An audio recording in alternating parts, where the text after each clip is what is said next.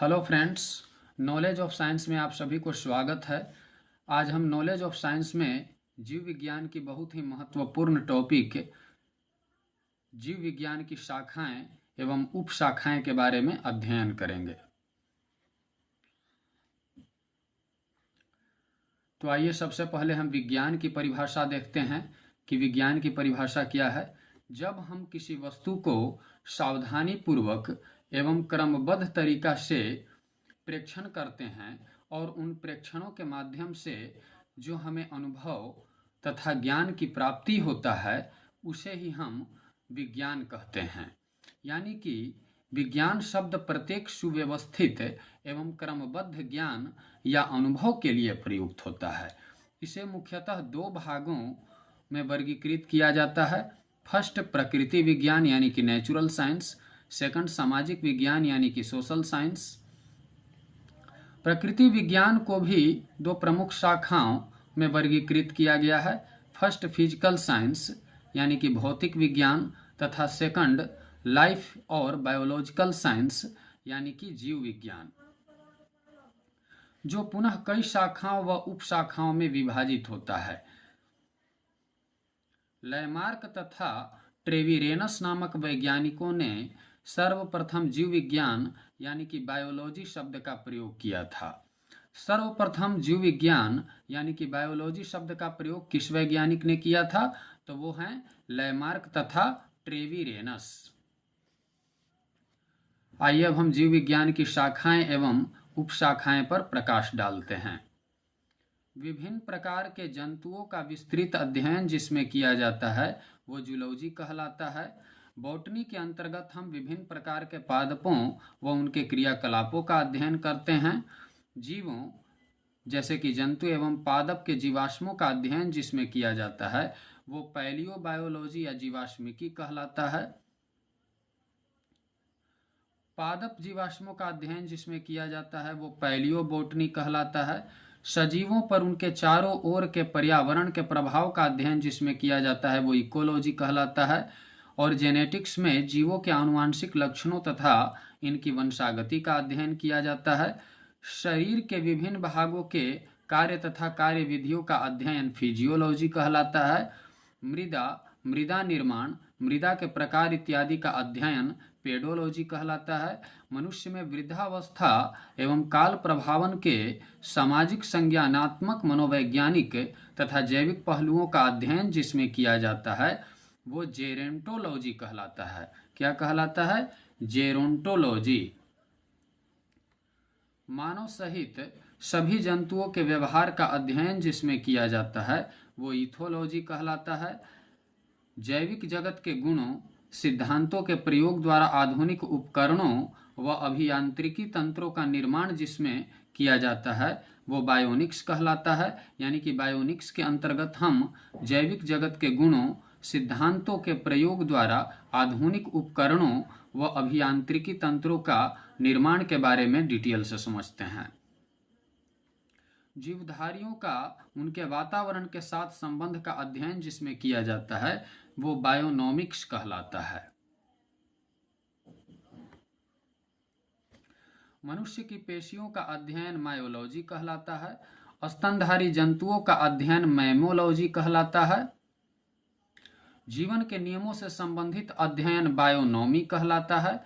गणित एवं सांख्यिकी की तकनीकों द्वारा जीव विज्ञान का अध्ययन जिसमें किया जाता है वो बायोमेट्री के अंतर्गत आता है। फ्रेनोलॉजी के अंतर्गत मस्तिष्क के विभिन्न भागों की क्रियाशीलता तथा विक्षिप्तता का अध्ययन किया जाता है। फूलों का अध्ययन एंथोलॉजी कहलाता है। घास से संबंधित अध्ययन एग्रोस्टोलॉजी के अंतर्गत करते हैं। पैलिनोलॉजी विभिन्न प्रकार के पराग कणों का अध्ययन है। कैंसर व संबंधित ट्यूमर का अध्ययन जो है वो ऑन्कोलॉजी में करते हैं। शारीरिक विकास में आने वाली असमानताओं का अध्ययन जो है वो टेरेटोलॉजी में करते हैं। कॉन्ड्रोलॉजी में उपास्थि से संबंधित अध्ययन किया जाता है। ऑस्टियोलॉजी में अस्थियों का अध्ययन किया जाता है। सेरोलॉजी में रुधिर सीरम का वैज्ञानिक अध्ययन किया जाता है। हिमेटोलॉजी में रुधिर का अध्ययन किया जाता है। न्यूरोलॉजी में तंत्रिका तंत्र से संबंधित अध्ययन किया जाता है। और लिथोट्रिप्सी एक चिकित्सकीय प्रक्रिया जिसमें किरणों की सहायता से गुर्दे, पित्ताशय, मूत्राशय की थैली में स्थित पथरी को तोड़कर मरीज का इलाज किया जाता है, वो लिथोट्रिप्सी के अंतर्गत आता है।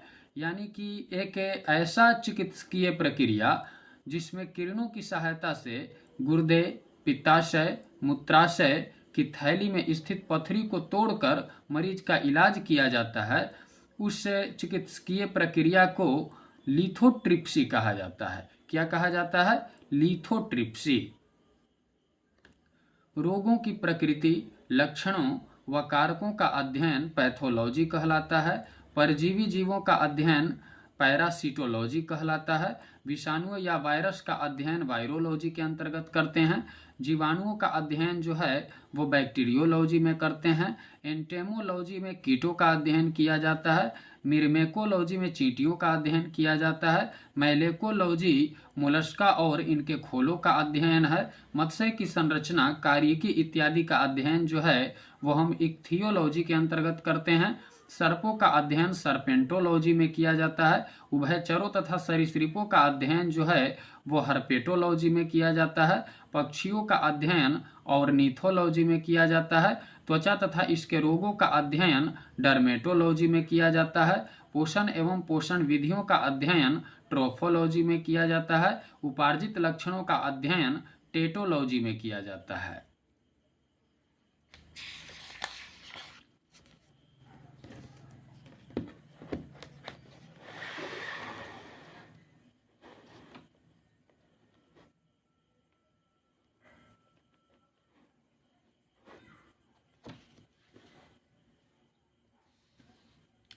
आइए अब हम कुछ प्रमुख शब्दावलियां एवं संबंधित उत्पाद के बारे में समझते हैं।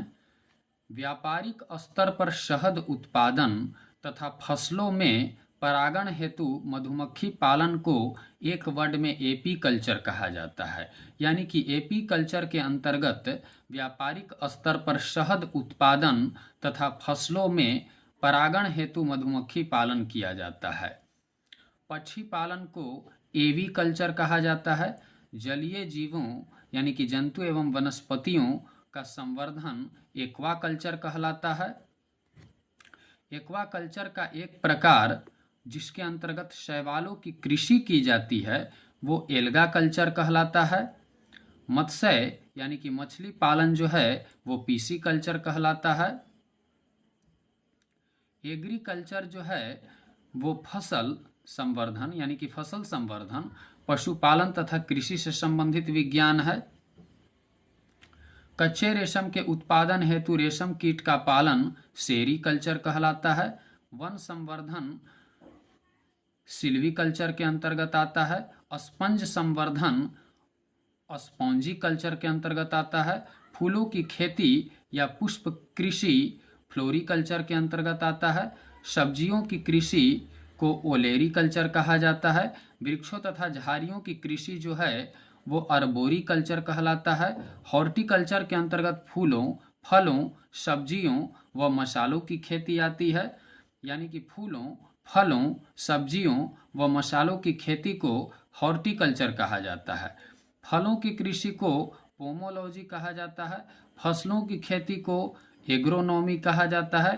कृषि उत्पादन में वृद्धि हेतु केंचुआ पालन वर्मी कल्चर कहलाता है। व्यापार हेतु सीपों यानी कि ओइस्टर्स में कृत्रिम प्रजनन ओस्ट्री कल्चर कहलाता है। जैतून यानी कि ओलिव्स का उत्पादन, संरक्षण तथा व्यापार को एक वर्ड में हम ओली कल्चर कहते हैं। यानी कि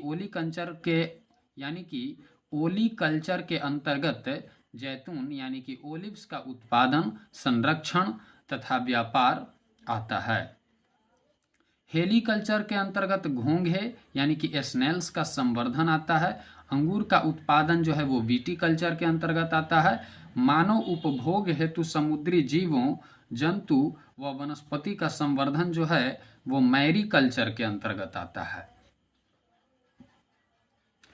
शहतूत की खेती जो है वो मोरी कल्चर के अंतर्गत आता है। और हाइड्रोपोनिक्स, एयरोपोनिक्स या एयरोकल्चर मृदा विहीन पादप संवर्धन के अंतर्गत सॉरी मृदा विहीन पादप संवर्धन जो है वो हाइड्रोपोनिक्स या एयरोपोनिक्स या एयरोकल्चर के अंतर्गत हम मृदा विहीन पादप संवर्धन करते हैं। यानी कि मृदा विहीन पादप संवर्धन को एक वर्ड में हम हाइड्रोपोनिक्स या एयरोपोनिक्स या एयरोकल्चर कहते हैं।